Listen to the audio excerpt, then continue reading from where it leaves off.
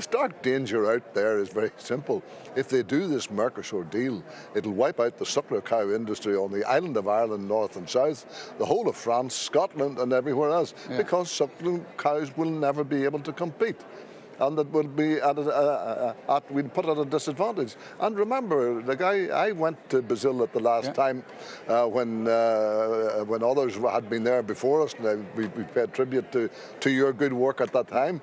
But it was when we come back, even the people here were trying to tell us, oh, Brazil is fine. But when we went there, we saw it was not, and we came back and we fought that battle and won. So it is our intention, and I have put forward the proposal that the committee go and visit at least 2 countries in Mercosur early in the springtime. So this is an ongoing process. But what we have to get is quite right, people like yourselves who are knowledgeable about the industry back home, coming out here and persuading others that their argument is a just one. And don't forget, it wasn't the Europeans who found out that it was rotten Brazilian beef. That was their words. It was the Brazilians themselves.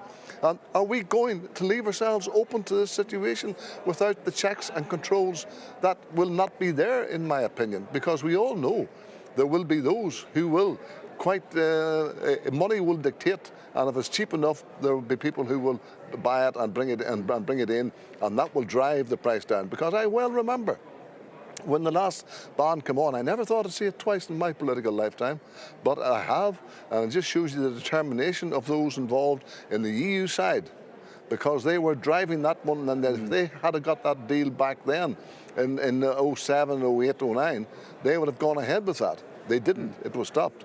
So I think we're in for a long battle here. Maybe, Jim, to conclude with you, how things have changed. UK outside of Europe, I see Wilbur Ross saying yesterday in the UK that get used to chlorinated chicken and hormone-treated beef. Are you concerned that outside of Europe that the value of the UK market could be diminished by imports from wherever, let's say? Oh, look, I'm extremely worried about what the future will hold as I listen to, for instance, the Minister for Trade, Dr. Fox, telling us about how good these markets are going to be and how good it is for the UK consumer. Yes, it would be cheap good food. For cheap food. That's what he means by that. That's what is going to happen. It's the undertone in all of this. And now they're going to try and tell us that the chlorinated chicken is good for us, and that the beef coming in with lactic acid on it is good for us, and all of those type of things where we have different standards in Europe to the United States.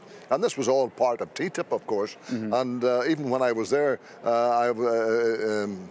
the Americans made it very clear to me TTIP is only sitting quietly dormant at the moment. It will be back. So if you take that in the equation of where we are with Mercosur and all these other deals, how much can the market hold?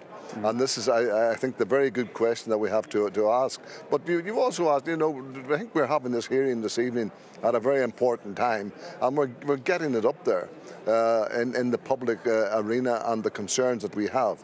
Because the one principle always is simple. We should not allow anything to be imported into Europe that does not meet or is not produced at the same standard as European farmers have to achieve. Now, that's a high standard, but our standards have got to be high. We've had enough food scares in the past to tell us that once you remove or do anything to remove those dangers, those highest levels